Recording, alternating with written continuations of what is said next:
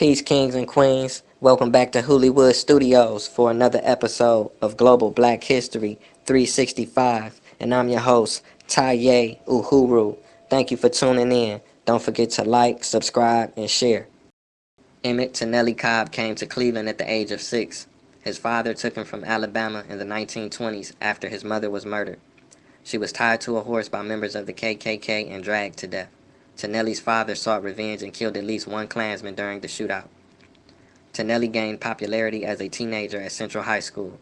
He was known as a great dresser, dancer, fighter, and intellect. Tonelli did not eat meat, use drugs, smoke cigarettes, or drink alcohol. In the 1950s, he joined Noble Drew Ali's Moore Science Temple of America No. 7. Noble Drew Ali and C.M. Bay were his greatest influences. C.M. Bay opened an astrology shop in the Central neighborhood on East 89th Street and Cedar Avenue. After becoming a Moor, Tonelli changed his name to Ahmed. He began teaching African Americans in Cleveland about a free Moorish nation. In August of 1952, Tonelli fractured the skull of a Cleveland police officer.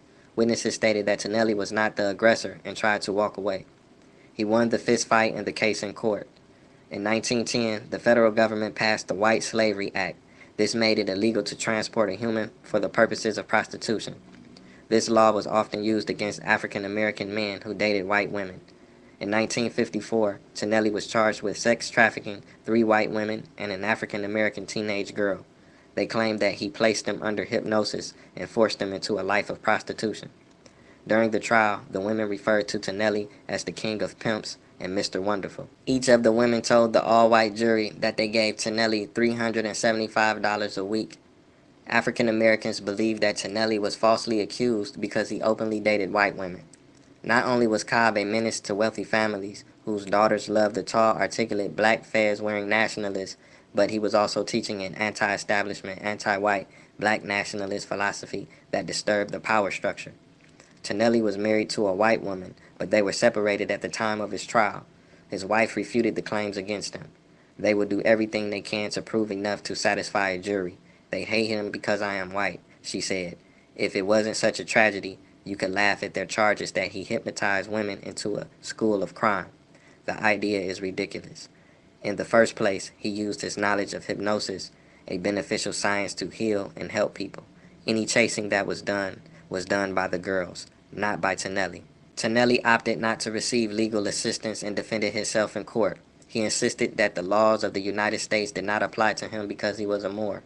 At the start of the trial, the judge ordered Tonelli to remove his red fez, but he refused.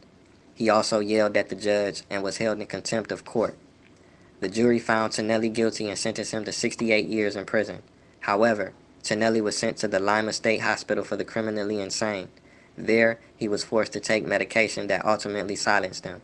After the trial, Georgine Bronson and Martha Helmick told the Call and Post newspapers that they were arrested for writing bad checks. They were promised reduced sentences for their cooperation against Tonelli. They practically promised me the moon. Chief among their offers was that if I gave the testimony against Tonelli they wanted me to give, I would definitely get a lighter sentence and be given probation. Tonelli died October 22, 1999 in Lima State Hospital for the criminally insane. The legacy of Tonelli influenced future black nationalists in the city of Cleveland. Many black nationalists in Cleveland discontinued the use of their last names in exchange for names like Ali, El, or Bey. El means lawmaker, executive, or creator. Bey means law enforcer, ruler, or officer. Ali means the Most High.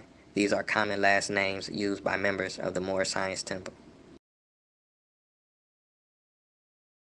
This is your boy Taye Uhuru. You are tuned in to Global Black History 365. Each week we will hit you off with some of the greatest achievements by black kings and queens from around the world. We will explore the black history in Brazil, India, Haiti, Dominican Republic, Russia, France, Spain, the Philippines, Australia, and many more places. So don't forget to like, subscribe, and share. And always remember, before there was any history, there was black history.